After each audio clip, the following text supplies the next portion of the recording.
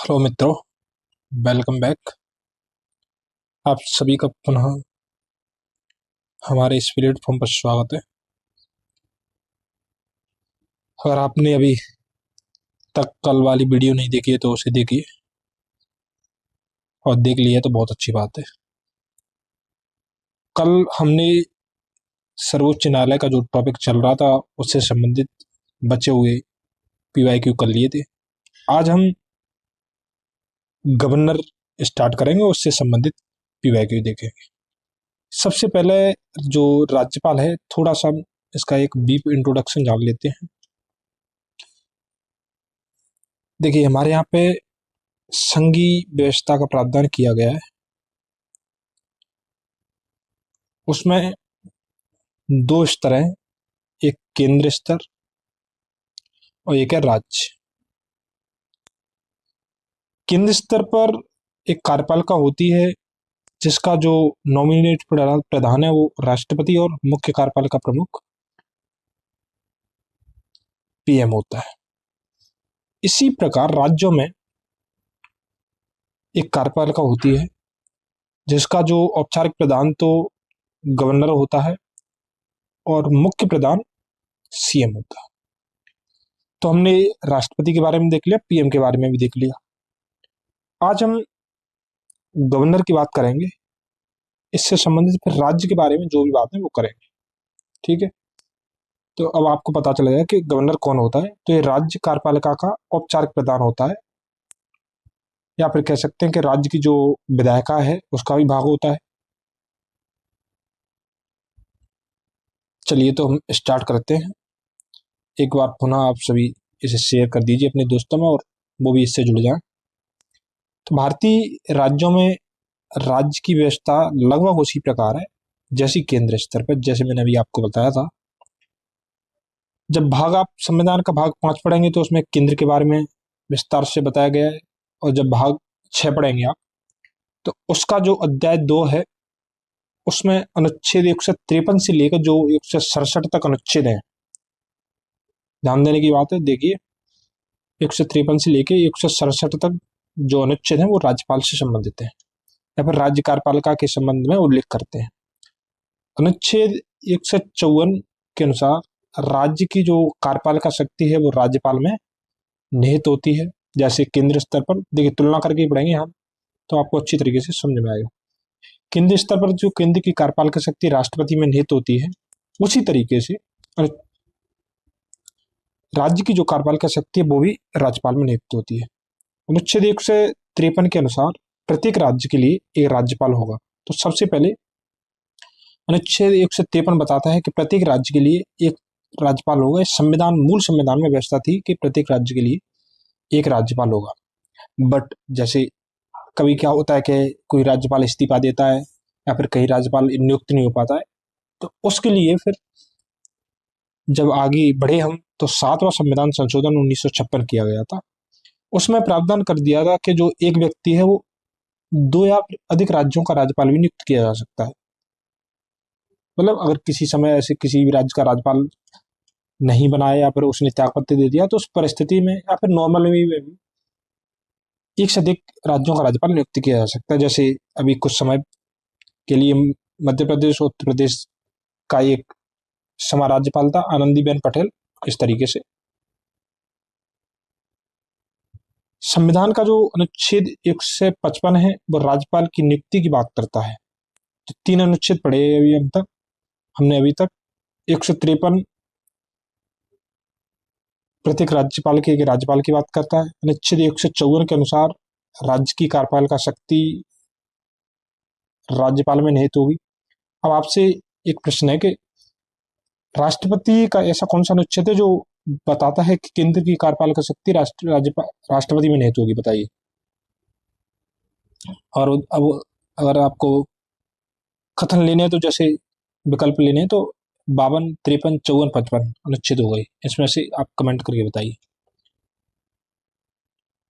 तो 155 में राज्यपाल की नियुक्ति के बारे में बताया गया है, और राज्यपाल की जो नियुक्ति है वो भारत के राष्ट्रपति के द्वारा की जाती है। सामान्यतः राज्यपाल का जो कार्यकाल है वो 5 वर्ष पद ग्रहण की अवधि से कितना रहता है, तो 5 ग्रेड रहता है। अनुच्छेद 156(1) के तहत राज्यपाल के जो राज्यपाल है वो राष्ट्रपति के प्रसाद पर्यंत अपना पद धारण करता है। तो अनुच्छेद 156(1) के अनुसार, 156(2) के अनुसार जो राज्यपाल है वो राष्ट्रपति को संबोधित अपने हस्ताक्षर सहित लेख द्वारा अपना पद त्याग कर सकता है। ठीक है। अनुच्छेद 157 के अनुसार राज्यपाल पद के लिए अर्हताएं निम्नलिखित हैं। सबसे पहला है कि वो भारत का नागरिक होना चाहिए, यानी अगर कोई व्यक्ति राज्यपाल बनना चाह रहा है तो उससे पहले सबसे पहले इंडिया का नागरिक होना चाहिए। उसके बाद वो 35 वर्ष की आयु पूर्ण कर चुका हो। तो संविधान में 2 चीज दी गई हैं, पहली बात तो भारत का नागरिक हो, दूसरा 35 वर्ष की आयु पूर्ण कर चुका हो। अनुच्छेद जो 166 है उसके तहत राज्य सरकार के जो सभी कार्यकारी कार्य हैं औपचारिक रूप से राज्यपाल के नाम से होते हैं या फिर किए जाते हैं। अनुच्छेद 202(3) के अनुसार राज्यपाल की जो उपलब्धियां, भत्ते या उसके पद से संबंधित जो भी अन्य व्यय हैं वो राज्य की संचित निधि पर भारित होते हैं, यानी इनके लिए राज्यपाल का जो वेतन वगैरह राज्य ही देता है, जिस राज्य का राज्यपाल होता है। संविधान के अनुच्छेद 164(1) के अनुसार मुख्यमंत्री की जो नियुक्ति है वो राज्यपाल के द्वारा की जाती है। देखिए, मुख्यमंत्री की नियुक्ति राज्यपाल के द्वारा की जाती है, जैसे केंद्र में प्रधानमंत्री की नियुक्ति राष्ट्रपति के द्वारा की जाती है उसी तरीके से। तथा अन्य मंत्रियों की जो नियुक्ति है वो राज्यपाल ही करता है, बट मुख्यमंत्री की सलाह पर यह अनिवार्य होता है। जिस भी व्यक्ति को मंत्री बनाना चाह रहा है मुख्यमंत्री राज्यपाल उसे शपथ दिलाएगा। अनुच्छेद 239 का AA(5) के अनुसार जो संघ राज्य क्षेत्र दिल्ली है उसमें जो मुख्यमंत्री की नियुक्ति है वो राष्ट्रपति के द्वारा की जाती है। एक अलग प्रावधान है, जो हमारा दिल्ली केंद्र शासित प्रदेश है वहां पे जो मुख्यमंत्री की नियुक्ति है वो, क्योंकि वहां पे राज्यपाल का पद नहीं, वहां पे उपराज्यपाल का पद होता है, इसलिए राज्यपाल वहां पे मुख्यमंत्री की नियुक्ति न करते हुए राष्ट्रपति मुख्यमंत्री की नियुक्ति करता है। अनुच्छेद 168(1) के अनुसार राज्यपाल राज्य विधानमंडल का अंग होता है। ठीक है, जैसे अनुच्छेद 79 के तहत संसद का अंग राष्ट्रपति होता है, इसी तरीके से अनुच्छेद 168 के तहत वो राज्यपाल है और राज्य विधानमंडल का अंग होता है। वह राज्य विधानसभा के सत्र को बुलाने, सत्रावसान करने और विघटित करने की शक्ति रखता है। सत्र को बुलाने का मतलब है जैसे जब सदन की कार्यवाही आरंभ की जाती है उससे पहले सत्र को आहूत किया जाता है। सत्रावसान का मतलब है कि जब सत्र की जो कार्यवाही चल रही है उसकी समाप्ति। अब दूसरा सत्र जब तक स्टार्ट नहीं होगा उसके लिए कोई पता नहीं है, यानी बिना डेट के। विघटित का मतलब है कि फिर उसका जो कार्यकाल है विधानसभा का वो खत्म हो जाता है और उसके लिए फिर दोबारा चुनाव होते हैं। राज्यपाल राज्य विधान परिषद के, जो बहुत इंपॉर्टेंट है, कई बार पूछता है प्रश्न कि कुल सदस्यों को कितना भाग मनोनीत कर सकता है वो, तो 1/6 जो राज्य की विधान परिषद होती है उसके 1/6 सदस्यों को राज्यपाल नामित करता है। जैसे अगर हमने देखा कि केंद्र में जो राष्ट्रपति है वो राज्यसभा में 12 कितने, कमेंट करके बताइए, तो 12 सदस्यों को नॉमिनेट करता है।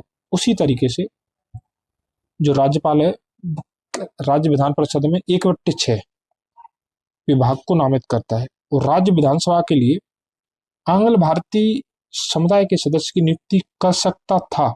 पहले ये प्रावधान था कि जो राज्य विधानसभा है उसमें एक आंग्ल भारतीय व्यक्ति की नियुक्ति कर सकता था, जैसे केंद्र में लोकसभा में राष्ट्रपति 2 व्यक्तियों की नियुक्ति कर सकता था आंग्ल भारतीयों की। परंतु जो 104वां जब संशोधन किया गया था कब 2019 में, तब 334 में संशोधन कर इस प्रावधान की अवधि को आगे नहीं बढ़ाया गया और यहीं पे निष्प्रभावी कर दिया गया। ठीक है। अनुच्छेद 165 के तहत उच्च न्यायालय का न्यायाधीश नियुक्त होने के लिए योग्य किसी व्यक्ति को राज्य का महाधिवक्ता नियुक्त किया जा सकेगा या नियुक्त करेगा। तो अनुच्छेद 165 एकमात्र अनुच्छेद है जो महाधिवक्ता की बारे में बात करता है। अब आपसे प्रश्न है कि आप बताइए कि महान्यायवादी का उल्लेख किस अनुच्छेद में किया गया है। ऑप्शन है अनुच्छेद 76, 77, 78 और 79। कमेंट करिए। राज्य विधानमंडल द्वारा पारित, मैंने आपको पहले ही बता दी कि हम तुलना करते हुए पढ़ेंगे तो आपको अच्छी तरीके से समझ में आएगा।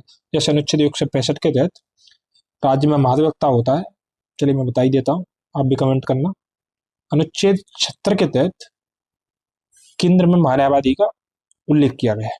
तो दो अनुच्छेद हैं जो महाधिवक्ता और महान्यायवादी की बात करते हैं।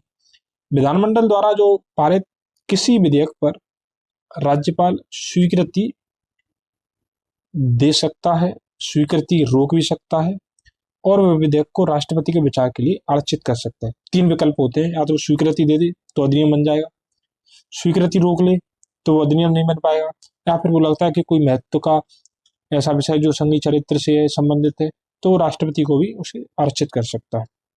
साथ ही वह विधेयक को पुनर्विचार के लिए भी वापस कर सकता है।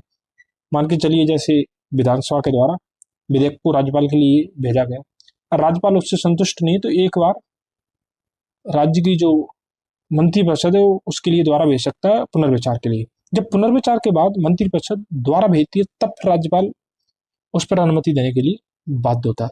यही प्रावधान केंद्र में किया गया। बट ये धन विधेयक ना होना चाहिए। तो पुनर्विचार किस विधेयक को, तो सामान्य विधेयक को पुनर्विचार के लिए भेज सकता है, धन विधेयक को यानी मनी बिल को नहीं, ठीक है। और संविधान संशोधन विधेयक तो अगर आपको पता हो तो राज्य विधानसभा में पास ही नहीं हो सकता, तो केंद्र के लिए। परंतु राज्य विधानमंडल द्वारा पुनः भेजे जाने पर राज्यपाल उस पर अपनी स्वीकृति देनी होती है। देखिए होती है यानी बाध्य है। अनुच्छेद 201 के अनुसार जब कोई विधेयक राज्यपाल द्वारा राष्ट्रपति के विचारार्थ आरक्षित रख लिया जाता है तब राष्ट्रपति यह घोषित करेगा कि वह विधेयक पर अनुमति देता है या फिर अनुमति रोकता है। तो कौन सा अनुच्छेद है वो? अनुच्छेद 201 के तहत। अनुच्छेद 213 के अनुसार जब राज्य विधानमंडल का सत्र न चल रहा हो तो राज्यपाल अध्यादेश प्रख्यापित कर सकता है।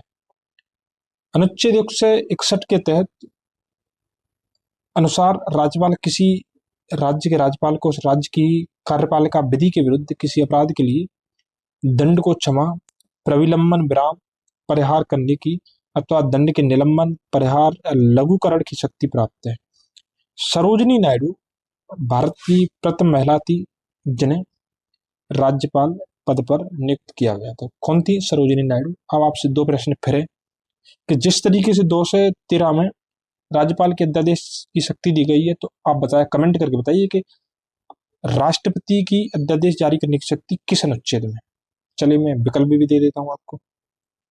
213 ही ले लीजिए, एक तो 123, 124 और 125, बताइए।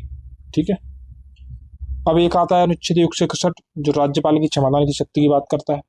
इसी तरीके से आपको कमेंट करना है कि राष्ट्रपति की किस में की गई है। और चलिए मैं आपको ऑप्शन भी दे देता हूँ, 72, 73, 74, अनुच्छेद 75। ठीक है, 4 अनुच्छेद है। दोनों का कमेंट करके आप आंसर दीजिए, तभी आपको लगेगा कि हम ऑफलाइन पढ़ रहे हैं और मजा भी आएगा जब आपको पढ़ने में। आपको याद भी बहुत दिनों तक रहेगा, आप भूलेंगे भी नहीं। चलिए तो हम प्रश्न स्टार्ट करते हैं। संविधान के मसौदे में निर्वाचित राज्यपालों के प्रावधानों की मूल जो योजना को छोड़ दिया गया था, क्यों? जब संविधान बन रहा था तो तब कई लोगों ने विचार दिया कि जो राज्यपाल है वो निर्वाचित होना चाहिए। कईयों ने भी विचार दिया कि ये नहीं, नियुक्त होना चाहिए। तो अब हम ये देखते हैं कि निर्वाचित राज्यपाल के प्रावधानों को की जो मूल योजना थी उसे क्यों छोड़ दिया गया था। तो इसके कुछ कारण थे, कथन देखते हैं। इसका तात्पर्य होता कि एक दूसरा निर्वाचन, तो सही है। देखिए पहली बार मुख्यमंत्री का निर्वाचन होता ही है, यानी संसद के रूप में, विधायक के रूप में वो आता है, और इसी तरीके से सांसद के रूप में प्रधानमंत्री आता है, तो उसके बाद राज्यपाल नियुक्त करता है। बट अगर इसका भी निर्वाचन हो जाता तो फिर दोनों में झगड़ा, संघर्ष की स्थिति उत्पन्न होती, क्योंकि जब जो निर्वाचित व्यक्ति होता है वो जनता का प्रतिनिधित्व करता है। दूसरा है कि निर्वाचन प्रमुख राजनीतिक मुद्दों पर लड़ा जाता, तो ऐसा कोई पॉइंट नहीं। जो निर्वाचित राज्यपाल है वो अपने को मुख्यमंत्री से बड़ा मानता, यहाँ समस्या हो जाती है। राज्यपाल को संसदीय प्रणाली के अधीन ही कार्य करना था, और संसदीय प्रणाली में दो तरीके के प्रमुख होते हैं, एक तो नामात्र का प्रमुख जो राज्यपाल है, एक वास्तविक प्रमुख जो मुख्यमंत्री। तो संसदीय प्रणाली में राज्यपाल के निर्वाचन की जरूरत नहीं थी। इस तरीके से 1, 3 और 4 ऑप्शन सी सही है। संविधान सभा में इस बात पर काफी बहस भी हुई थी कि राज्य का जो राज्यपाल है वो नियुक्त हो या फिर निर्वाचित हो। तो कृष्णमाचारी, बीजी खेर और जीबी पंत जैसे जो नेता थे वो निर्वाचित राज्यपाल के पक्ष में थे, जबकि अंबेडकर और जवाहरलाल नेहरू जैसे नेता नामित राज्यपाल के पक्ष में थे। अंततः देश की परिस्थितियों एवं आम सहमति के आधार पर नामित राज्यपाल का प्रावधान किया गया है और निर्वाचित प्रावधान की मूल योजना को छोड़ दिया गया, क्योंकि अनावश्यक निर्वाचन व्यय होता या व्यय बढ़ेगा। क्योंकि इनका मुख्य कार्य क्या होता है? मुख्यमंत्री की नियुक्ति करना, मुख्यमंत्री की सलाह पर अन्य मंत्रियों की नियुक्ति करना और जो राज्य के विधेयक हैं उन पर अनुमति देना और संसद की कार्रवाई को आहूत करना। तो मेनली कार्य होता है राज्य में सीएम का होता है। दूसरा है कि निर्वाचन के दुष्परिणामों से भी बचा जा सकेगा। तीसरा, राजनीतिक महत्वाकांक्षाएं द्वंद्व एवं संघर्ष को जन्म लेंगे। जब निर्वाचित व्यक्ति होगा तो वो राजनीतिक रूप से शक्तिशाली होगा और शक्तिशाली होगा तो फिर संघर्ष की स्थिति उत्पन्न होगी। ये भी समस्या थी, इससे भी बचने का प्रयास किया गया। चौथा था कि केंद्र का राज्यों पर प्रभावी नियंत्रण न हो सकेगा। देखिए हमारे यहाँ पे देखिए संविधान में एक अनुच्छेद दिया है 355। इसमें केंद्र को जिम्मेदारी दी गई है कि वो बाहरी आक्रमणों से और आंतरिक अशांति से राज्यों की सुरक्षा करे। तो वो कैसे करेगा? तो उसके लिए एक राज्यपाल भी होता है, दूसरा अखिल भारतीय होती है, वो राज्य में स्थिरता बनाए रखती है। इसी तरीके से राज्यपाल समय समय पर राज्य की रिपोर्ट राष्ट्रपति को उपलब्ध कराता है। तो ये भी प्रावधान था, इसलिए राज्यों पर कंट्रोल बना रहेगा। कोई भी राज्य तानाशाही रूप धारण नहीं करेगा। कहीं भी राज्य पे या किसी भी राज्य में व्यवस्था जैसी उत्पन्न नहीं होगी और होती है तो राज्यपाल राष्ट्रपति को रिपोर्ट करेगा और अनुच्छेद 356 के तहत राष्ट्रपति शासन लगाया जा सकता है, जो कई बार लगाया जा चुका है। अलगाववाद को भी बढ़ावा मिलेगा। इस तरीके से हम देख सकते हैं। राज्य सरकार का जो कार्यकारी अध्यक्ष या फिर संवैधानिक प्रमुख कौन है? तो वो राज्यपाल है। ठीक है। मुख्यमंत्री वास्तविक प्रमुख है।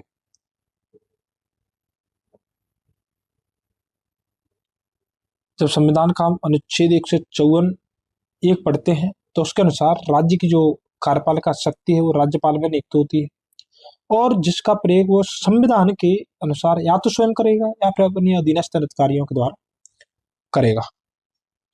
इस प्रकार राज्य सरकार का जो संवैधानिक प्रमुख है वो राज्यपाल होता है। अनुच्छेद 155 के अनुसार राज्य के जो राज्यपाल की जो नियुक्ति है और राष्ट्रपति करता है, अपने हस्ताक्षर और मुद्रा सहित अधिपत्र द्वारा नियुक्त करता है। तो 155 के तहत उसकी नियुक्ति होती है। 154 में क्या है? तो 154 में राज्य की कार्यपालिका शक्ति नियुक्त होती है उसमें। ठीक है। निम्नलिखित में से कौन राज्यपाल की नियुक्ति करता है?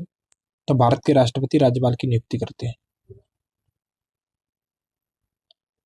किसी राज्य का राज्यपाल नियुक्त किया जाता है तो उच्च न्यायालय के मुख्य न्यायाधीश द्वारा।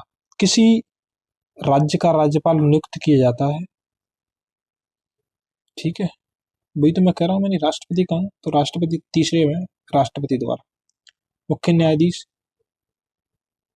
जो होता है वो राज्यपाल को क्या दिलाता है? तो शपथ दिलाता है। ठीक है। जिस तरीके से केंद्र में राष्ट्रपति को मुख्य न्यायाधीश शपथ दिलाता है, उसी तरीके से राज्य में जो राज्यपाल होता है उसको शपथ राज्य का मुख्य न्यायाधीश दिलाता है। ठीक है। किसी राज्य में राज्यपाल की नियुक्ति संविधान के किस अनुच्छेद? तो 155 में। 154 में राज्य की कार्यपालिका शक्ति, 156 में राज्य का कार्यपाल, 153 में क्या बताया गया? चलो आप बताइए। राज्यपाल होगा, बताइए। भारत के एक राज्य के राज्यपाल के से संबंधित निम्नलिखित कथनों पर ध्यान दीजिए। इनमें से कौन सा सही है वही पूछ रहा है। तो उसे जन्म से भारत का नागरिक होना चाहिए? नहीं भाई, भारत का नागरिक होना चाहिए, जन्म से नहीं। हमारे यहाँ पे ऐसी कोई बाध्यता नहीं है, तो गलत हो जाता है। तो देखिए ये गलत है, ये गलत है, ऑप्शन अपने आप निकले आएगा। दूसरा, उसकी आयु कम से कम 35 वर्ष होना चाहिए।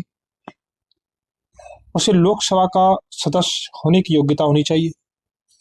उसकी आयु कितनी होनी चाहिए? तो कम से कम कितनी होनी चाहिए? 35 वर्ष होनी चाहिए। उसे लोकसभा का सदस्य होने की योग्यता होनी चाहिए। तो जे पॉइंट राष्ट्रपति के लिए वैलिड है। राष्ट्रपति के लिए माना जाता है कि उसे लोकसभा का सदस्य बनने की योग्यता होनी चाहिए राष्ट्रपति में। चौथा है वो एक से अधिक राज्यों का राज्यपाल हो सकता है। तो हमने देख ही लिया था, मूल संविधान में ऐसा प्रावधान नहीं था, बट जब 7वां जो अमेंडमेंट किया गया था, और कब किया गया था? तो 1956 में। तो इसमें ये प्रावधान किए गए थे। संविधान का जब आप अनुच्छेद 157 पढ़ेंगे तो उसके अनुसार राज्यपाल नियुक्त होने के लिए दो हैरता है। देखिए, दो कंडीशन दिए गए हैं, दो योग्यताओं की विचार की गई है। भारत का नागरिक हो और वो 35 वर्ष की आयु पूर्ण कर चुका हो। उपरोक्त कथन से स्पष्ट है कि राज्यपाल पद के लिए जन्म से भारत का नागरिक होना आवश्यक नहीं है। ठीक है, ये समझिए पहले आप। दूसरा है कि 7वें संविधान संशोधन 1956 के माध्यम से अनुच्छेद 153 के परंतुक में यह प्रावधान किया गया कि एक ही व्यक्ति दो या अधिक राज्यों का राज्यपाल नियुक्त किया जा सकेगा। अतः अभिष्ट उत्तर विकल्प डी होगा। ठीक है। भारतीय संविधान में निम्नलिखित में से कौन सा अनुच्छेद भारत के राज्यपाल के राज्य के एक राज्यपाल के रूप में एक व्यक्ति की नियुक्ति के लिए योग्यता, देखिए योग्यता की बात कर रहा है, तो फिर अनुच्छेद 157 में, 156 में कार्यकाल। ठीक है। 159 में क्या है, चलिए बताइए आप। 160 में क्या है? आपके लिए 1 मिनट का टाइम है, आप बताइए, नहीं फिर मैं बताता हूँ आपको। कमेंट करिए, कमेंट के माध्यम से बताइए।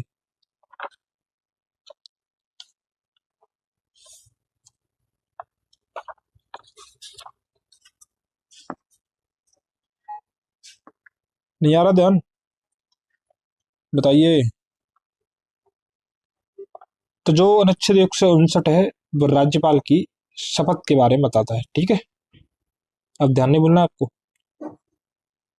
और जो 160 है वो जब आकस्मिक कृत्यों की, यानी राज्यपाल जब किसी भी कारण से अगर कोई अपना कार्य सक्षम रूप से नहीं कर पा रहा है तो आकस्मिक प्रावधान है इसमें।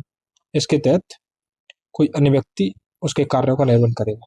157 में योग्यता हो गई, और 156 में राज्यपाल की पदावधि जैसे 5 वर्ष या फिर कार्यकाल।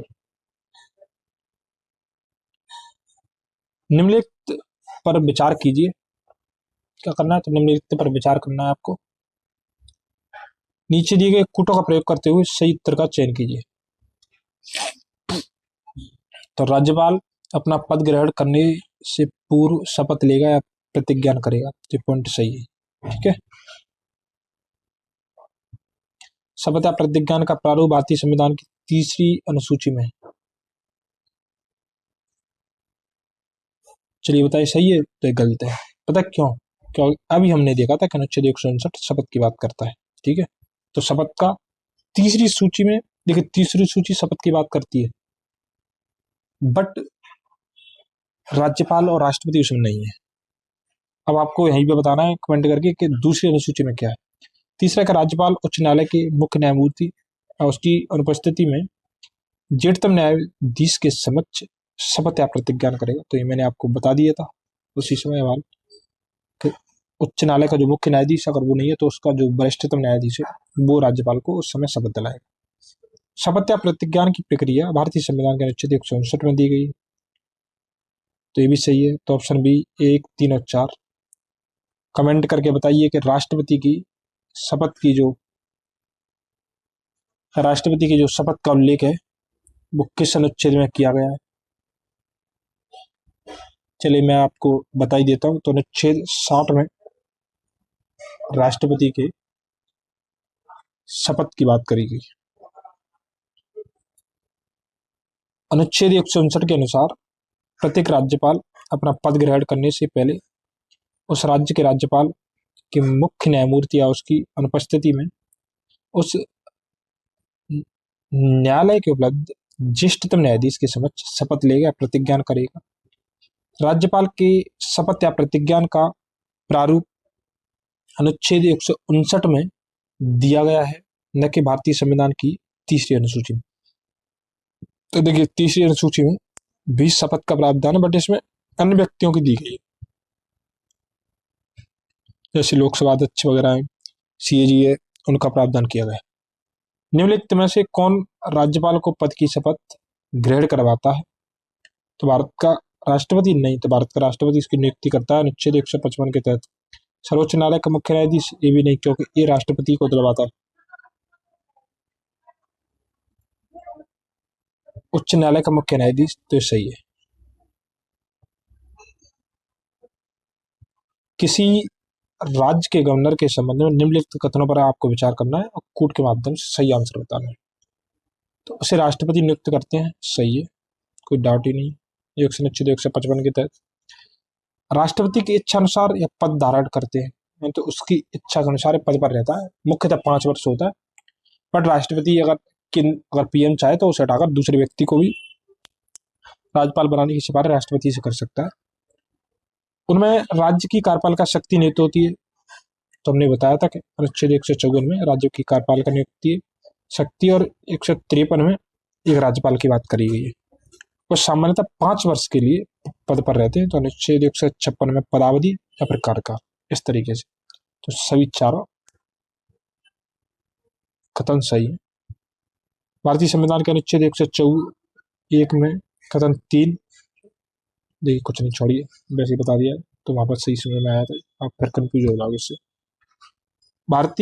किसी भारतीय राज्य के राज्यपाल से संबंधित निम्नलिखित कथनों में कौन सा कथन सही नहीं है?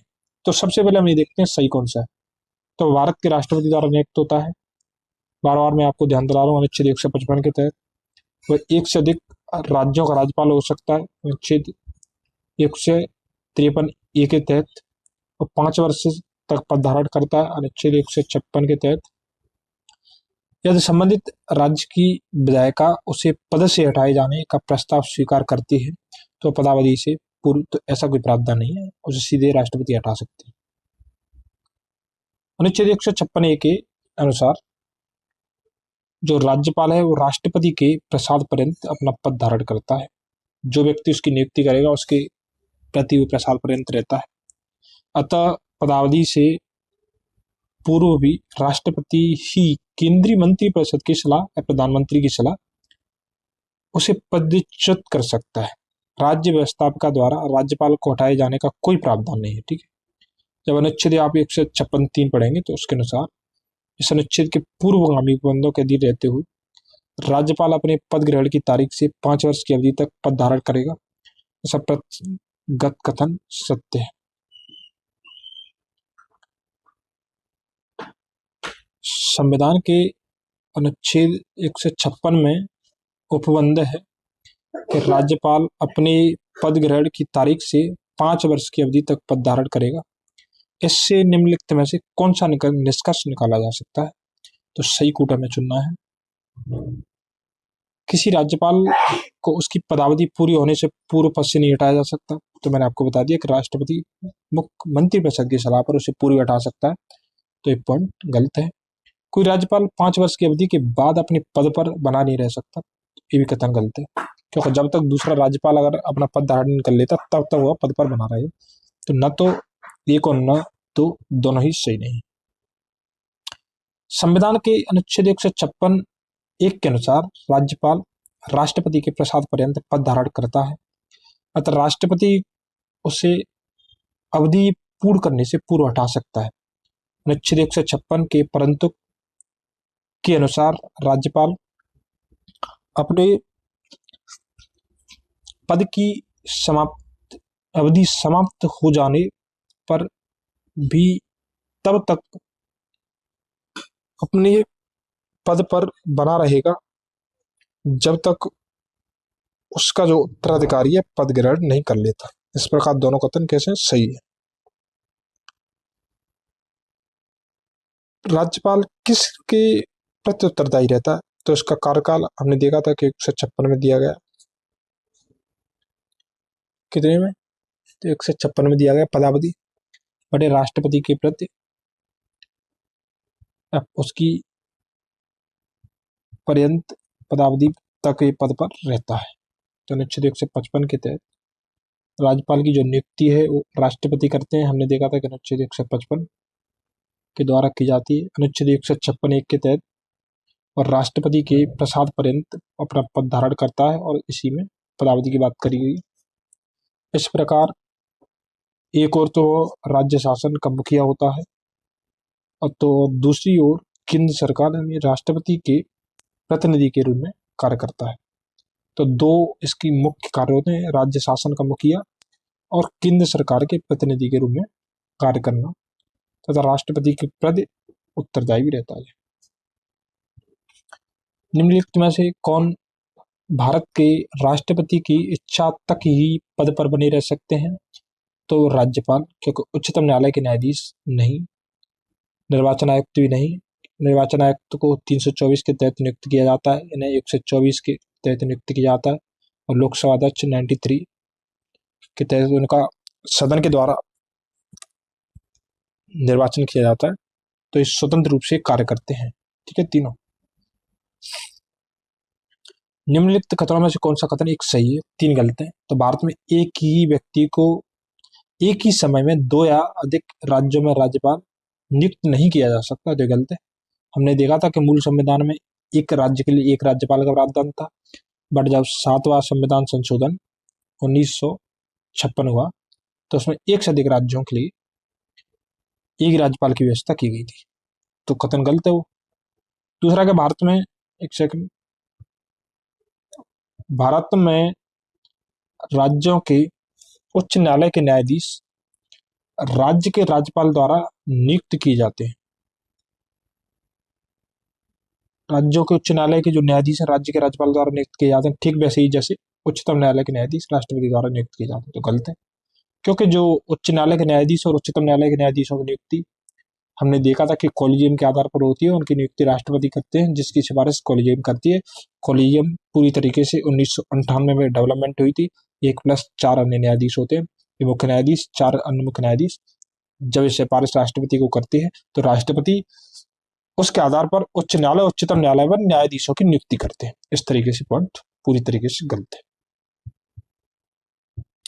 तीसरा कि भारत के संविधान में राज्यपाल को उसके पद से हटाने हेतु कोई भी प्रक्रिया अधिक कथित नहीं है, तो ये पॉइंट सही है।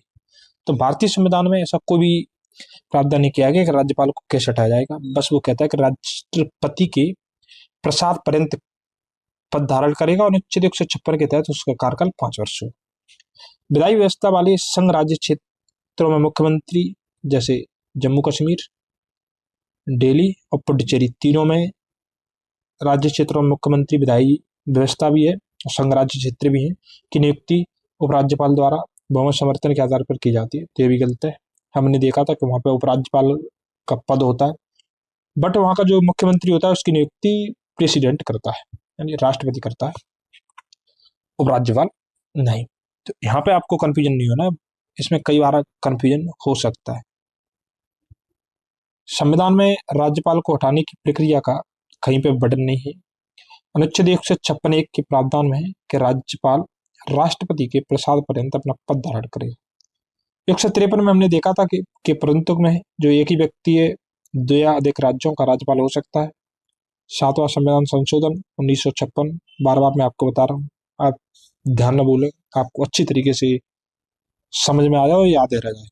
अनुच्छेद 217 के अनुसार राष्ट्रपति द्वारा उच्च न्यायालय के न्यायाधीशों की नियुक्ति की जाती है। अनुच्छेद 239 AA5 के तहत संघ राज्य क्षेत्र दिल्ली के मुख्यमंत्री तथा संघ राज्य सरकार अधिनियम 1963 के तहत पुडुचेरी संघ राज्य क्षेत्र के मुख्यमंत्री की नियुक्ति राष्ट्रपति द्वारा की जाती है। जम्मू कश्मीर के राज्यपाल की नियुक्ति कौन करता है? तो भारत का राष्ट्रपति करता है, क्योंकि उस समय जम्मू कश्मीर विशेष राज्य था, अब यूटी बन गया, यूनियन टेरिटरी। तो उपराज्यपाल का पद है जम्मू कश्मीर और लद्दाख में। ठीक है, तो जम्मू कश्मीर राज्य के संविधान को अनुच्छेद 300 के तहत भारत के अन्य राज्यों से अलग विशेष राज्य का दर्जा प्रदान किया गया था। इसी परिप्रेक्ष्य में पहले वहाँ की जो कार्यपालिका का प्रधान का जो चुनाव है वो राष्ट्रपति के या भारत के राष्ट्रपति के द्वारा न होकर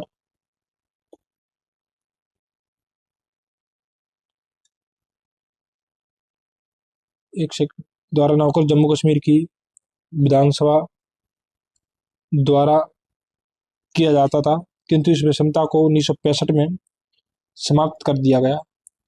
फलस्वरूप जम्मू कश्मीर के कार्यपालिका प्रमुख को सदर रियासत के स्थान पर राज्यपाल के नाम से जाने जाने लगा।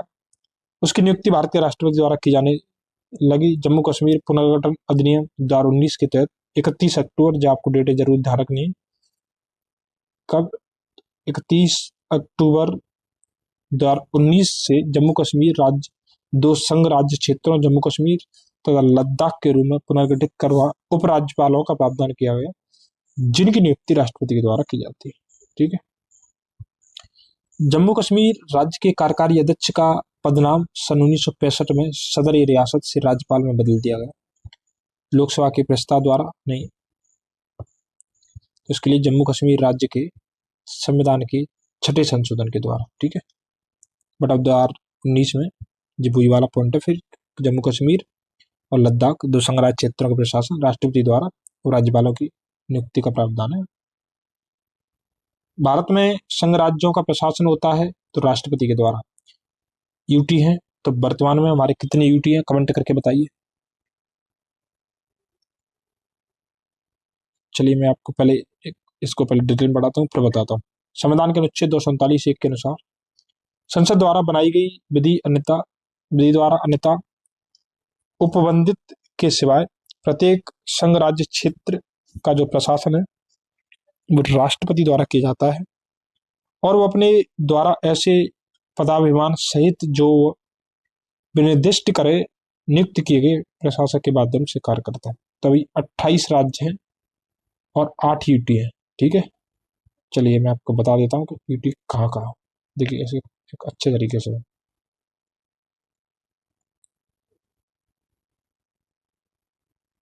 मन तो हुआ ना, हो गया।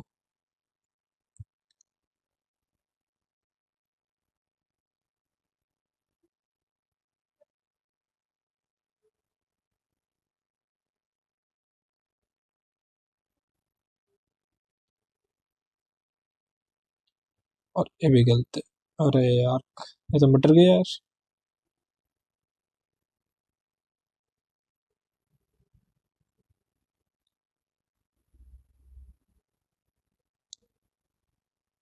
अब थोड़ा सा बन जाएगा ऐसे करके, फिर भी नहीं, छोड़िए वो मिटाना नहीं पड़ेगा।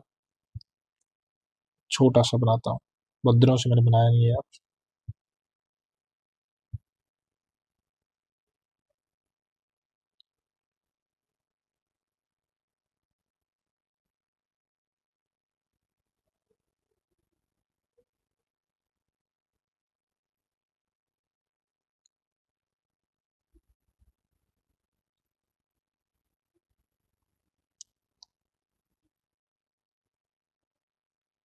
आप ऐसे देख सकते हैं। ठीक है। ऐसे थोड़ा सा ऐसे बनता है वो। तो जहाँ पे दो यूटी है, एक जम्मू कश्मीर और लद्दाख। जब आप इससे नीचे आएंगे तो चंडीगढ़ मिलेगा आपको, इससे नीचे आएंगे तो आपको दिल्ली मिलेगा। तो कितने हो गए? दो तो यहाँ पे हो गए, तीसरा, चौथा। इसके बाद जब आप यहाँ पे आएंगे तो दादर नगर हवेली और दमन दीव दोनों का मिला कर दिया है, तो वो भी मिलेगा आपको। तो कितने हो गए? 5। ठीक है। इसके बाद जब आप यहाँ पे आएंगे थोड़े थोड़े तो आपको लक्षद्वीप मिलेगा, तो 6। इसके बाद जब आप यहाँ पे आएंगे नीचे तक जाएंगे तो आपको अंडमान एंड निकोबार, तो 7 हो गए। एक पुडुचेरी है जो 3 राज्यों में फैला है, यहाँ पे और केरल में। तो इस तरीके से 8 यूटी हो गई। ऐसे आप ध्यान रख सकते हैं। ठीक है।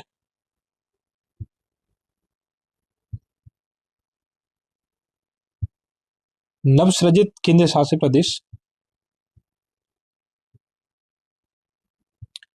जम्मू कश्मीर का प्रथम उपराज्यपाल निम्न में से कौन सा था?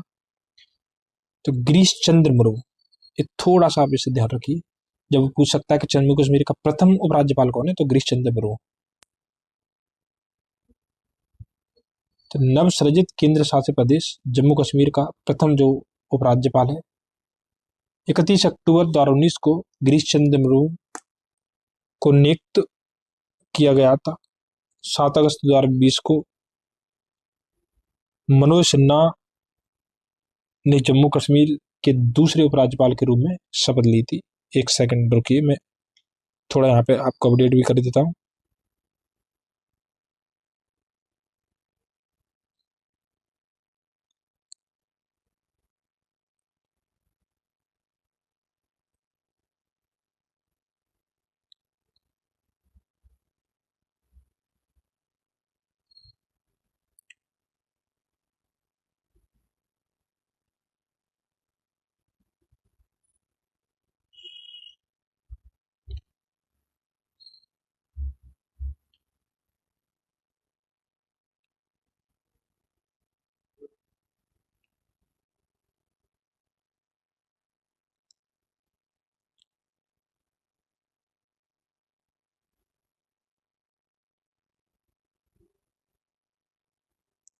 एक सेकंड रुकिए, एक सेकंड, थोड़ा सा मैं अपडेट कर देता हूँ आपको।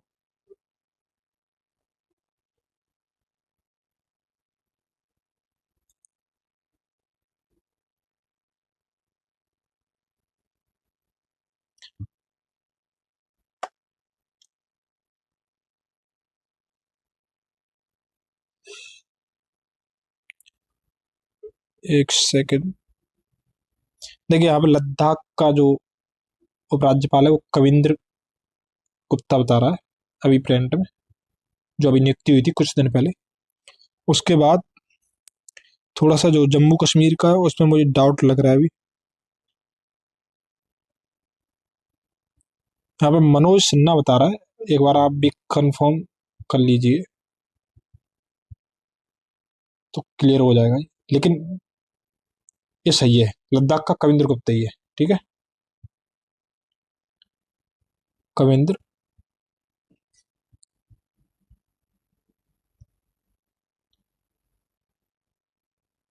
गुप्ता, ठीक है।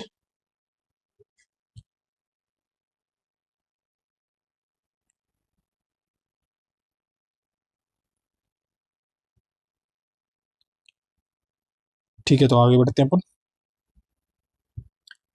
आप भी एक बार कंफर्म कर लीजिए तो दिक्कत नहीं रहेगी आपको भी। लद्दाख का सही है, वो मैंने देखा भी था उस दिन, पढ़ा भी था।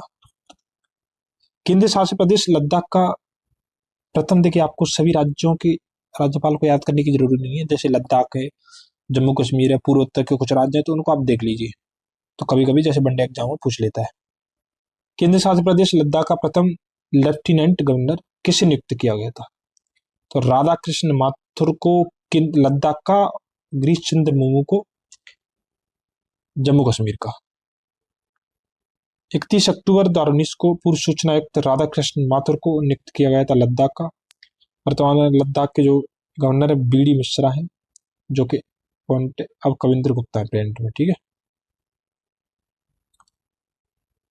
आज तक का अपडेट मैं करा देता हूँ, बाकी आज के बाद आप अपडेट कर लीजिए, मैं भी जब भी पढ़ाऊंगा तो फिर और अपडेट करा दूंगा, तो देखते रहिए आप।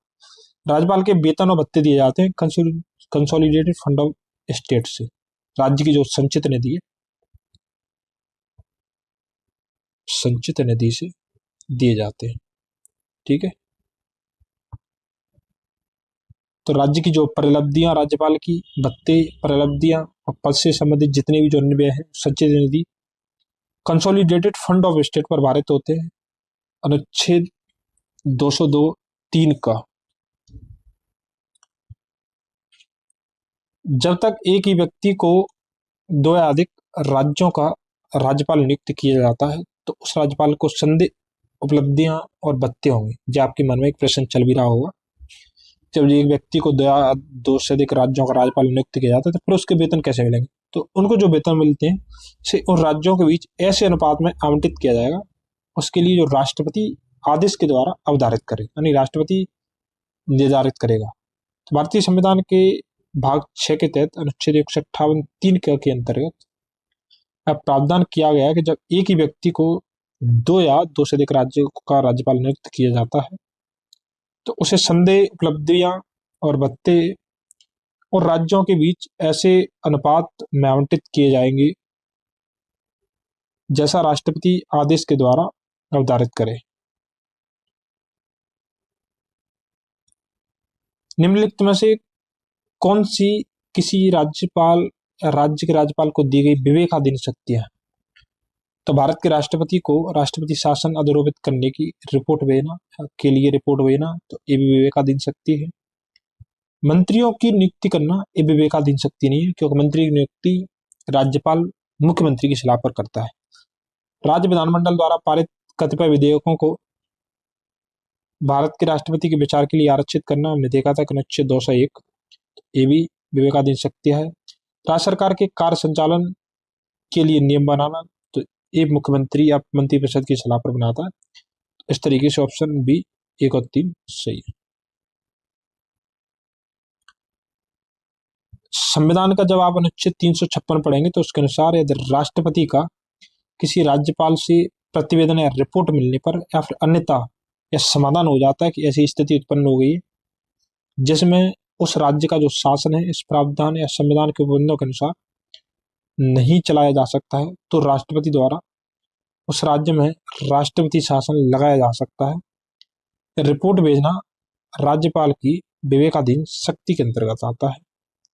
संविधान के अनुच्छेद 164(1) के अनुसार मंत्रियों की नियुक्ति राज्यपाल मुख्यमंत्री की सलाह पर करेगा, अतः राज्यपाल की विवेकाधीन शक्ति नहीं है।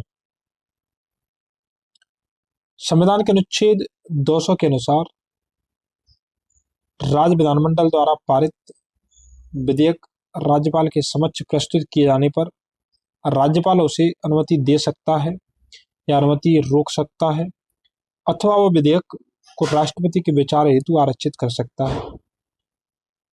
यह भी राज्यपाल की विवेकाधीन शक्ति है, क्योंकि इसका प्रयोग वह राज्य विधान मंत्रिमंडल की सलाह के बिना करता है। संविधान के अनुच्छेद 166(3) के अनुसार राज्यपाल अपने विवेकानुसार किए जाने वाले कार्य को छोड़कर राज्य सरकार के कार्य को सुचारू रूप से संचालन और इस हेतु मंत्रियों के कार्य के आवंटन के लिए नियम बनाएगा, अतः स्पष्ट है कि सर्वाधिक उपयुक्त विकल्प बी। ठीक है। राज्य का राज्यपाल मंत्रिपरिषद के परामर्श से स्वतंत्र कार्य कर सकता है, यानी हम कह सकते विवेकाधीन शक्ति। तो विधायिका में या विधानसभा में सरकार को अपना बहुमत सिद्ध करने को जब लगता है कि सरकार को विधानसभा में बहुमत नहीं है, तब राज्यपाल उसे अपना बहुमत सिद्ध करने के लिए कह सकता है, तो विवेकाधीन शक्ति है। मुख्यमंत्री को बर्खास्त करने के लिए, तो ये भी विवेकाधीन शक्ति है, क्योंकि जब राज्यपाल को लगता है कि मुख्यमंत्री बहुमत में नहीं है तो उसे बर्खास्त कर सकता है। भारत के राष्ट्रपति के विचारार्थ किसी विधेयक को आरक्षित करने के लिए अनुच्छेद 201, ये भी हमने अभी देखा था। विधायिका द्वारा पारित किसी विधेयक को पुनर्विचार हेतु वापस करने के लिए, ये भी सही है। ठीक है। उच्च न्यायालय का परामर्श मांगने के लिए, तो ऐसा नहीं, उच्च न्यायालय के परामर्श का इसमें कोई संविधान में बात नहीं करी गई। ये राष्ट्रपति के लिए बनपुत्री के तहत। राज्य का राज्यपाल निम्नलिखित संदर्भों में अपने विवेकानुसार कार्य कर सकता है। विधानसभा में सरकार को अपना बहुमत सिद्ध करने को कहने के लिए, अल्पमत में आए मुख्यमंत्री को बर्खास्त करने के लिए, किसी विधेयक पर अनुमति देने, अनुमति रोकने अथवा भारत के राष्ट्रपति के विचारार्थ उस विधेयक को आरक्षित करने के लिए अनुच्छेद 200। विधायिका द्वारा पारित किसी विधेयक को पुनर्विचार हेतु वापस करने के लिए 200 का परंतु, तो 200 के तहत आरक्षित किया जाता है। फिर जो राष्ट्रपति है 200 के तहत उस पर अनुमति या जो भी वो आगे कार्रवाई करेगा वो करता है। इनके अतिरिक्त राज्य में राष्ट्रपति शासन लगाने अनुच्छेद 356 के तहत तथा विधानसभा के समय पूर्व विघटन जैसे कुछ अन्य संदर्भों में भी अपने विवेक का प्रयोग कर सकता है, तथापि उसे उच्च न्यायालय से परामर्श मांगने के लिए अधिकृत नहीं किया गया है। तो ऐसी कोई शक्ति भारतीय संविधान में नहीं दी गई राष्ट्रपति के लिए बनपोत्री के तहत। 143 भारतीय संविधान के निम्न अनुच्छेदों में से किस एक के अधीन राज्यपाल राष्ट्रपति के विचार के लिए किसी विधेयक को आरक्षित कर सकता है? तो 202 के तहत। 201 के तहत राष्ट्रपति उस पर कार्रवाई करता है। अनुच्छेद 169 में जो राज्य की विधान परिषद है। ठीक है, क्या है, तो राज्य की विधान परिषद है, और 2 में राज्य का जो वार्षिक वित्तीय विवरण यानी बजट। ठीक है,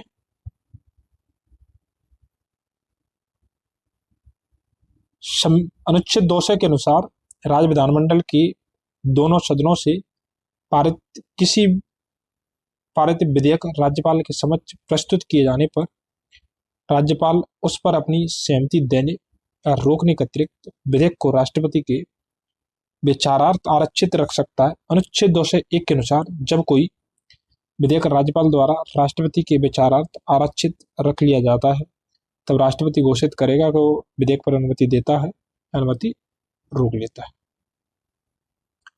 संविधान के किस अनुच्छेद के अंतर्गत राज्यपाल राष्ट्रपति के अनुमोदन के लिए किसी विधेयक को भेज सकता है? तो अनुच्छेद 200 यानी अनुच्छेद 200 के तहत वो क्या कर सकता है, तो उसे राष्ट्रपति के लिए भेज सकता है। अनुच्छेद 166 में हमने देखा था कि राज्य की जो सरकार का कार्य का संचालन है उसके लिए नियम बनाएगा राज्यपाल समय समय पर। ठीक है, इसके बाद जब अनुच्छेद हम 239 की बात करते हैं तो इस संघ राज्य क्षेत्रों के यूटी के प्रशासन की बात करता है। इसके बाद अनुच्छेद जो 240 है वो संघ राज्य क्षेत्रों में राष्ट्रपति को कुछ विनियम बनाने की शक्ति देता है। ठीक है, किसी विधेयक पर संवैधानिक उपबंध के तहत राज्यपाल की सिफारिश अपेक्षित थी, किंतु बिना राज्यपाल की सिफारिश उसे राजस्थान विधानसभा में प्रस्तावित किया गया और उसने पारित करके राज्यपाल को भेज दिया। अब या राज्यपाल अनुमति देगा तो अधिनियम विधिमान्य हो जाता है। नियम अभी विधिमान्य नहीं होगा, अभी विधिमान्य का मतलब है कि अवैध नहीं होगा, विधिमान्य हो जाएगा। किसी विधेयक पर संवैधानिक उपबंध के तहत राज्यपाल की सिफारिश अपेक्षित थी, किंतु बिना राज्यपाल की सिफारिश उसे राजस्थान विधानसभा में प्रस्तावित किया गया और उसने पारित करके राज्यपाल को भेज दिया, तब राज्यपाल अनुमति देगा तो अधिनियम विधिमान्य होगा, मतलब लागू हो जाएगा, अधिनियम के रूप में अपना या कानून के रूप में धारण हो जाएगा। तो भारतीय संविधान के निम्नलिखित में से कौन सा अनुच्छेद राज्यपाल को अध्यादेश जारी करने की शक्ति प्रदान करता है? तो अनुच्छेद 2 से 13। यहीं पे मैं आपसे प्रिपरेशन पूछता हूँ कि राष्ट्रपति के विधेयक की जो अध्यादेश जारी करने की शक्ति है वो कौन से अनुच्छेद में दी गई है, चलिए बताइए। इसके बाद जो अनुच्छेद 2 से 12 है उसमें न्यायालयों द्वारा विधानमंडल की कार्रवाइयों की जांच न किया जाना। तो न्यायालय जो विधानमंडल होता है, राज्य का विधानमंडल, उसकी कार्रवाइयों की जांच नहीं कर सकता है। इसके बाद जो अनुच्छेद 2 से 14 है उसमें राज्यों के लिए हाई कोर्ट की बात करी गई है, राज्यों के लिए उच्च न्यायालय की बात करी गई। ठीक है, और जो अनुच्छेद 208 है उसमें राज्यों की प्रक्रिया के नियम की बात करी गई है। ठीक है, विधानमंडल में। तो भारतीय संविधान के अनुच्छेद 213(1) के अनुसार उस समय को छोड़कर जब किसी राज्य की विधानसभा सत्र में है या विधान परिषद वाले राज्य में विधानमंडल के दोनों सदन सत्र में है, यदि किसी समय राज्यपाल को लगता है कि ऐसी परिस्थितियां विद्यमान हैं जिसके कारण तुरंत कार्रवाई आवश्यक है तो अध्यादेश ऑर्डिनेंस प्रख्यापित कर सकता है। अनुच्छेद 213(2) के अनुसार इस अध्यादेश को राज्य विधानमंडल की पुनः संबित होने पर उसे से स्वीकृति मिलना आवश्यक है, अन्यथा विधानमंडल के पुनः संबित होने के 6 सप्ताह के बाद उसकी वैधता समाप्त हो जाती है। चलिए मैं थोड़ा सा बता देता हूँ क्या है। तो 213 में अध्यादेश की बात करी गई है। देखिए, किसी राज्य में या तो 2 सदन हो सकते हैं जैसे विधान परिषद और विधानसभा, किसी राज्य में एक ही होता है। जब किसी समय दोनों में से या किसी की कार्रवाई नहीं चल रही है, एक ही कार्रवाई नहीं चल रही है, उस समय और कोई आपातकालीन स्थिति आती है तो उस समय अध्यादेश के माध्यम से कानून लाया जाता है। जब कानून लाया जाता है तो जब उसके बाद जब अगली बैठक होती है तो उसके 6 सप्ताह के बाद उसकी वैधता समाप्त हो जाती है। यानी उसे जो अध्यादेश लाया गया तो उसे राज्य विधानसभा के द्वारा 6 सप्ताह के अंदर पारित कराना जरूरी है। 6 सप्ताह में अगर वो नहीं होता है तो उसके बाद उसकी वैधता भी समाप्त हो जाती है। ठीक है,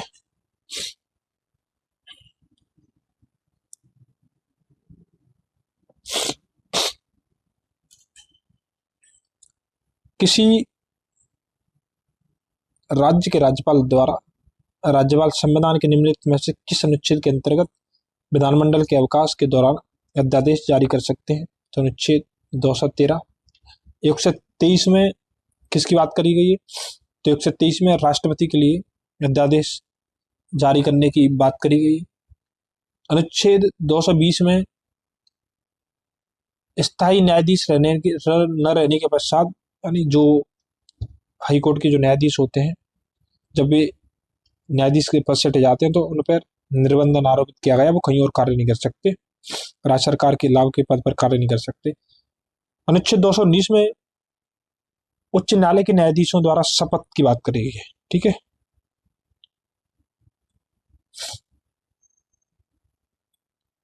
किसी राज्य के राज्यपाल द्वारा जारी ऑर्डिनेंस का अनुमोदन होना आवश्यक है? तो राज्य की विधायिका द्वारा। ऑर्डिनेंस का मतलब होता है 213 अध्यादेश। ठीक है, तो राज्य विधायिका द्वारा हमने बोला था कि 6 सप्ताह में टोटल होता है 7.5 महीने। ठीक है, उसके अंदर इसे पारित कराना आवश्यक होता है। भारतीय संविधान के किस अनुच्छेद के तहत राज्यपाल को विधानमंडल के विश्रांति काल में अध्यादेश प्रख्यापित करने की शक्ति है? तो अनुच्छेद 213। अनुच्छेद 155 में हमने देखा था कि राष्ट्रपति क्या करता है, तो राज्यपाल की नियुक्ति करता है। अनुच्छेद 156 में कार्यकाल दिया गया है, और 2 से 12 में जो न्यायपालिका है वो विधायिका की या विधानसभा की कार्रवाई की जांच नहीं कर सकता है।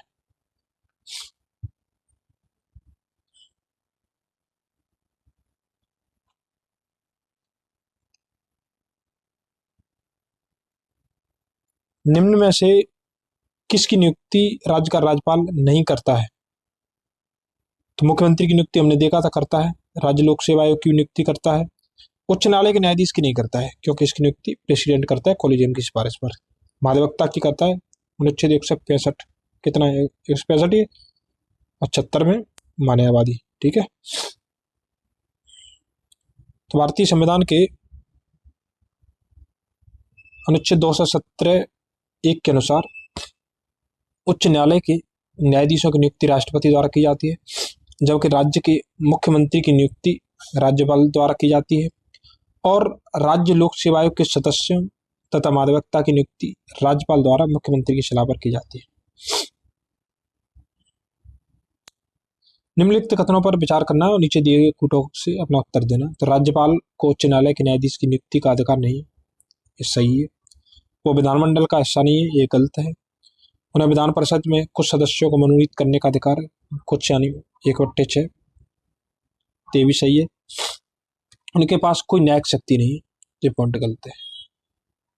तो केवल 1 और 3 सही है। राज्यपाल को उच्च न्यायालय के न्यायाधीश की नियुक्ति का अधिकार नहीं है, क्योंकि अनुच्छेद 217 1 के अनुसार उच्च न्यायालय के न्यायाधीश की नियुक्ति राष्ट्रपति द्वारा की जाती है।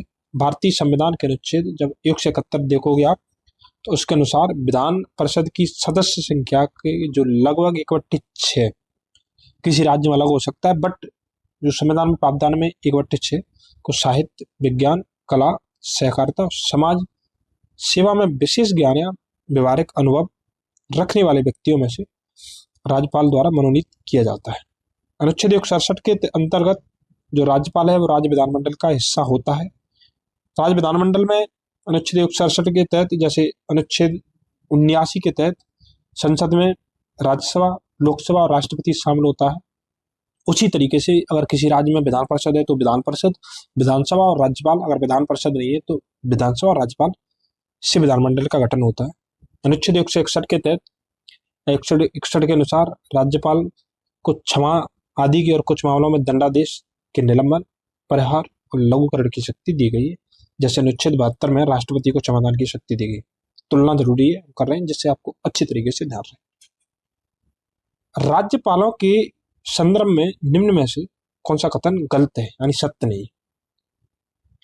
तो राज्य की विधायिका का अंग होता है, राइट है, वो मृत्युदंड को क्षमा कर सकता है, तो नहीं, वो क्षमादान में मृत्युदंड को क्षमा नहीं कर सकता, उसे कम कर सकता है, विशेष परिस्थिति में कम कर सकता है, पर पूरी तरीके से क्षमा नहीं कर सकता। वो राज्य के उच्च न्यायालय के न्यायाधीशों की नियुक्ति नहीं करता है, तो नहीं करता है। हमने देखा था कि 270 के तहत राष्ट्रपति करता है। उसके पास आपातकालीन शक्तियां नहीं है जो कि राष्ट्रपति के पास होती है। अनुच्छेद 167 के तहत राज्य की विधायिका का अंग होता है राज्यपाल। राज्यों के उच्च न्यायालय के न्यायाधीशों की नियुक्ति अनुच्छेद 217 के तहत राष्ट्रपति द्वारा की जाती है। हमने देख लिया 3-4 बार। राज्यपाल के पास राष्ट्रपति की तरह आपातकालीन कोई भी शक्ति नहीं है। इस प्रकार ACD सत्य है। वस्तुतः अनुच्छेद 161 के तहत राज्य की जो कार्यपालिका शक्ति के विस्तार वाले विषयों संबंधी किसी विधि के विरुद्ध किसी अपराधी के लिए दोष सिद्धि ठहराए गए व्यक्ति के दंड का राज्यपाल प्रविलंबन, विराम, परिहार, लघुकरण या उसे क्षमा, लेकिन मृत्युदंड अथवा दंडादेश, जिसमें मृत्युदंडादेश डेथ सेंटेंस शामिल है, का निलंबन, परिहार या लघुकरण कर सकता है, परंतु मृत्युदंडादेश को पूरी तरीके से क्षमा नहीं कर सकता। मृत्युदंडादेश को क्षमा करने की शक्ति केवल एक व्यक्ति में, वो राष्ट्रपति अनुच्छेद 72 के तहत दी गई है।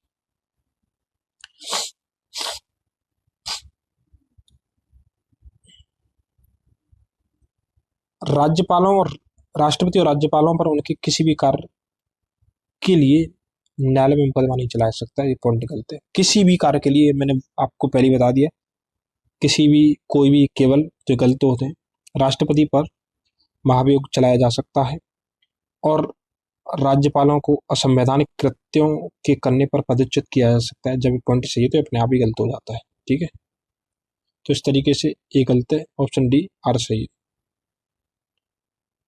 संविधान के अनुच्छेद 361 के तहत राष्ट्रपति या किसी राज्य के राज्यपाल को उनके द्वारा किए गए शासकीय कार्यों के लिए विधिक कार्रवाई से मुक्ति प्राप्त होती है।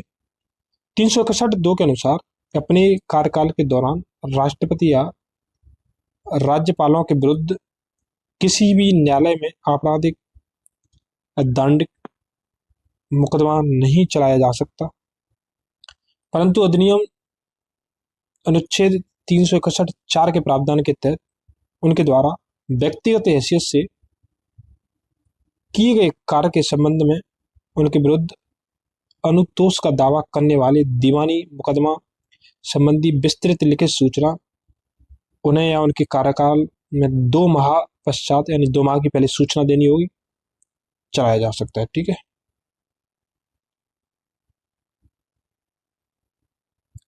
निम्नलिखित कथनों पर विचार कीजिए, कौन सा सही है? तो किसी राज्य के राज्यपाल के विरुद्ध उसकी पदावधि के दौरान किसी भी न्यायालय में कोई दंडिक कार्रवाई संस्थापित नहीं की जाएगी, सही है। तो दंड के लिए कोई नहीं चलाया जा सकता। किसी राज्य के राज्यपाल की प्रलब्धियां और भत्ते उसकी पदावधि के दौरान कम नहीं की जा सकते, ये भी सही है। बढ़ाए जा सकते बट कम नहीं की जा सकते। तो अनुच्छेद 1 और 2 दोनों सही है। कथन 1 संविधान के अनुच्छेद 361 के संदर्भ में तथा कथन 2 158 के संदर्भ में सही है। 361 के खंड 2 में उपबंधित है कि राष्ट्रपति हो चाहे राज्यपाल हो के विरुद्ध उसकी पदावधि के दौरान किसी भी न्यायालय में किसी प्रकार की दंडिक कार्रवाई संस्थापित नहीं की जाएगी, यानी चालू रखी जाएगी। व्यक्तिगत कार्यों के लिए चलाया जा सकता है। भारतीय संविधान का अनुच्छेद 158 राज्यपाल के पद की शर्तें विषय से संबंधित है। इसके खंड 4 के प्रावधानुसार राज्यपाल की जो उपलब्धियां हैं और जो भत्ते हैं उसकी पदावधि के दौरान कम नहीं की जा सकते, इसलिए दोनों कथन सही है, बढ़ाए जा सकते हैं, बढ़ाने में कोई दिक्कत नहीं। निम्नलिखित में से कौन सा कथन सत्य नहीं है? वो कह रहा है कि 3 सही है, गलत है। तो राष्ट्रपति या राज्यपाल को शासकीय कार्यों के लिए विधिक कार्रवाई से मुक्ति है, सही है। कोई न्यायालय राज्यपाल को किसी कर्तव्य पालन के लिए विवश नहीं कर सकता, ये भी सही है। एक राज्यपाल को व्यक्तिगत कार्यों हेतु सिविल कार्रवाई लाने के लिए 2 मास की लिखित सूचना अवश्य देनी होती है, ये भी सही है। अभी हमने देखा था कि सिविल या व्यक्तिगत कार्यों के लिए चलाया जा सकता है, बट 2 महीने की उसमें लिखित सूचना देनी आवश्यक होगी। मंत्रियों द्वारा राष्ट्रपति या राज्यपाल को दिए गए सलाह को जांचने के लिए न्यायालय अधिकृत है? तो नहीं। मंत्रियों ने राज्यपाल को क्या सलाह दी? न्यायालय इसकी जांच नहीं कर सकता। तो संविधान के अनुच्छेद 74 के अनुसार इस प्रश्न की किसी न्यायालय में जांच नहीं की जाएगी कि क्या मंत्रियों ने राष्ट्रपति को कोई सलाह दी, और यदि दी तो वो क्या थी।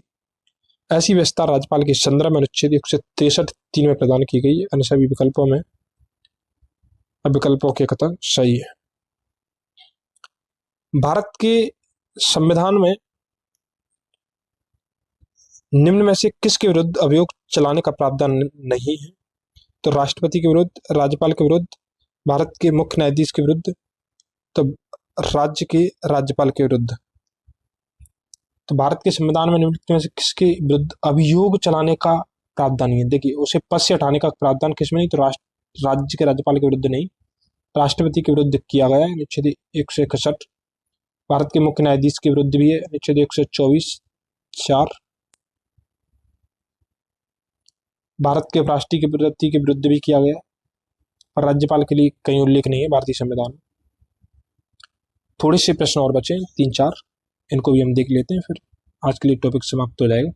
तो राज्य के राज्यपाल राष्ट्रपति के प्रसाद पर्यंत हमने देखा था अनुच्छेद 156, अर्थात जब तक राष्ट्रपति की संवैधानिक इच्छा है पद धारण करते हैं, जबकि राष्ट्रपति उपराष्ट्रपति भारतीय मुख्य न्यायाधीश को पदावधि से पूर्व हटाने के लिए संसद में अभियोग चलाना, निर्धारित प्रक्रिया अनुसार संकल्प पारित करना आवश्यक है। ठीक है। भारत में किसी राज्य की राज्यपाल बनने वाली पहली महिला हमने देखा था कि सरोजिनी नायडू थी। तो सरोजिनी जो नायडू थी, भारत की प्रथम महिला राज्यपाल थी जिन्हें राज्यपाल पद पर नियुक्त किया गया था। वह 15 अगस्त 1947 से 2 मार्च 1949 तक उत्तर प्रदेश तत्कालीन संयुक्त प्रांत की राज्यपाल रही थी। तो ध्यान मत भूलना, सरोजिनी नायडू, सरला ग्रेवाल नहीं। निम्नलिखित में से कौन स्वतंत्र भारत के किसी राज्य की सर्वप्रथम महिला राज्यपाल बनी? तो सरोजिनी नायडू बनी थी, और यूपी जो पूर्व में संयुक्त प्रांत था। प्रतिवर्ष 13 फरवरी को महिला दिवस मनाया जाता है स्मृति में सरोजिनी नायडू की। तो प्रतिवर्ष 13 फरवरी को सरोजिनी नायडू की स्मृति में राष्ट्रीय महिला दिवस मनाया जाता है। सरोजिनी नायडू का जो जन्म है 13 फरवरी को 1879 को हुआ था। वे भारत के किसी राज्य की राज्यपाल बनने वाली पहली महिला थी। पश्चिम बंगाल की प्रथम महिला राज्यपाल कौन थी? तो पद्मजा नायडू थी। ठीक है। विजयालक्ष्मी महाराष्ट्र की प्रथम महिला राज्यपाल थी। यहाँ के प्रथम राज्यपाल चक्रवर्ती राजगोपालाचारी थे। कहाँ के? तो पश्चिम बंगाल के। ठीक है। थोड़े से और इंतजार करिए, ज्यादा प्रश्न बचे नहीं है। मध्य प्रदेश के निम्नलिखित राज्यपालों में से कौन भारत की संविधान सभा के सदस्य नहीं रहे हैं? तो इनमें डाउट है, आंसर देख लेते हैं अपन। तो मध्य प्रदेश के प्रश्नगत राज्यपालों में A.V. पाटस्कर, सत्यनारायण सिन्हा, KC रेड्डी भारत की संविधान सभा के सदस्य रहे, जबकि निरंजन नाथ बांचू संविधान सभा के सदस्य नहीं रहे। उसमें कोई भी आंसर सही नहीं था, इस वजह से कोई भी हम विकल्प चूज नहीं कर सकते। मध्य प्रदेश के निम्नलिखित राज्यपालों में से कौन हरियाणा के मुख्यमंत्री रहे? तो डॉक्टर भगवत दयाल शर्मा हरियाणा के मुख्यमंत्री रहे। डॉक्टर भगवत दयाल शर्मा हरियाणा राज्य के पहले मुख्यमंत्री थे। 1980 से 1984 के दौरान वे मध्य प्रदेश के राज्यपाल भी रहे। वे उड़ीसा के भी राज्यपाल रहे। राजस्थान के राज्यपाल जिन्हें बर्खास्त किया गया था वो रघुकुल तिलक थे। तो भारत में सर्वप्रथम बर्खास्त किए गए जो राज्यपाल हैं तमिलनाडु के राज्यपाल प्रभुदास पटवारी थे, जिन्हें अक्टूबर 1980 में बर्खास्त किया गया था। अगस्त 1981 में राजस्थान के राज्यपाल रघुकुल तिलक को बर्खास्त किया गया था, जो कि राजस्थान के ऐसे पहले राज्यपाल थे। भारतीय राज्यों के राज्यपालों के निम्नलिखित जोड़ों पर विचार कीजिए। राज्य और राज्यपाल जो समय का पूछ लिया है, तो इसे मुझे लगता है कि ध्यान में रखिए। आप करंट से देख लीजिए, छोड़िए इसे। एक बार करंट में या विकिपीडिया पे आप डाल लीजिए वो और बता देगा कौन से राज्यपाल है। तो आप देख लिए, थोड़ा एक दो बार रिवीजन कर लिए, रटिए मत इनको। निम्नलिखित में से किस एक का सुझाव था कि राज्यपाल को उस राज्य के बाहर का एक प्रतिष्ठित व्यक्ति होना चाहिए और उसे एक ऐसा तटस्थ व्यक्ति होना चाहिए जिसके गहन राजनीतिक जुड़ाव न हो या उसने हाल के पिछले वर्षों में राजनीति में भाग नहीं लिया हो। तो सरकारी आयोग 1983 था, उसने कहा था कि राज्यपाल राज्य से बाहर का व्यक्ति होना चाहिए। जो राजमन्नार आयोग है वो केंद्र राज्य संबंधों के लिए बना था। प्रशासनिक सुधार आयोग 1966 में, जिसे फर्स्ट ARC बोलते हैं, अब तो सेकेंड ARC भी है। और संविधान के कार्य संचालन की समीक्षा हेतु राष्ट्रीय आयोग, मैं इसके बारे में आपको कभी पढ़ाऊंगा, तो चारों इंपोर्टेंट है। सरकारी आयोग ने यह अनुशंसा की थी कि राज्यपाल को उस राज्य के बाहर का एक प्रतिष्ठित व्यक्ति होना चाहिए और उसे एक ऐसा तटस्थ व्यक्ति होना चाहिए जिसके गहर राजनीतिक जुड़ाव न हो या उसने हाल के पिछले वर्षों में राजनीति में भाग नहीं लिया हो। ध्यातव्य है कि बदलते हुए सामाजिक आर्थिक परिदृश्य में केंद्र और राज्यों के मध्य मौजूद व्यवस्थाओं की कार्यप्रणाली की समीक्षा की दृष्टि से भारत सरकार ने 9 जून 1983 को न्यायमूर्ति RS सरकारिया की अध्यक्षता में, यहाँ पे एक पॉइंट आपको जरूर ध्यान रखना है कि इसके सदस्य भी पूछ लेते हैं, यूपी में प्रश्न पूछ भी लिया था, तो B शिवरामन और डॉक्टर SR सेन, 3 सदस्य था। B Sivaraman, doctor SR Sen 1983 में गठन किया गया था, अध्यक्ष RS सरकारिया थे। इस तरीके से राज्यपाल से संबंधित जो भी नोट्स थे और वो क्वेश्चन पूछे थे यहाँ पे समाप्त होते हैं। इसके बाद हम कल राज्य विधानमंडल एवं मंत्री परिषद के बारे में देखेंगे। तो आज के लिए हम यहीं पे होल्ड करते हैं दोस्तों। अगर आपने अभी तक वही फिर सब्सक्राइब नहीं किया तो दोस्तों सब्सक्राइब कर दो, इससे मोटिवेशन मिलता है और यूट्यूब इसे अन्य जरूरतमंद लोगों के लिए भी भेजता है। जब आप इसे लाइक, शेयर और सब्सक्राइब कमेंट करेंगे तो इसका फायदा ये है कि जिसको जरूरत है उसके लिए इसे भेजेगा, प्रेषण करेगा, ट्रांसफर करेगा। तो धन्यवाद, आज के लिए हम यही होल्ड करते हैं। Thank you.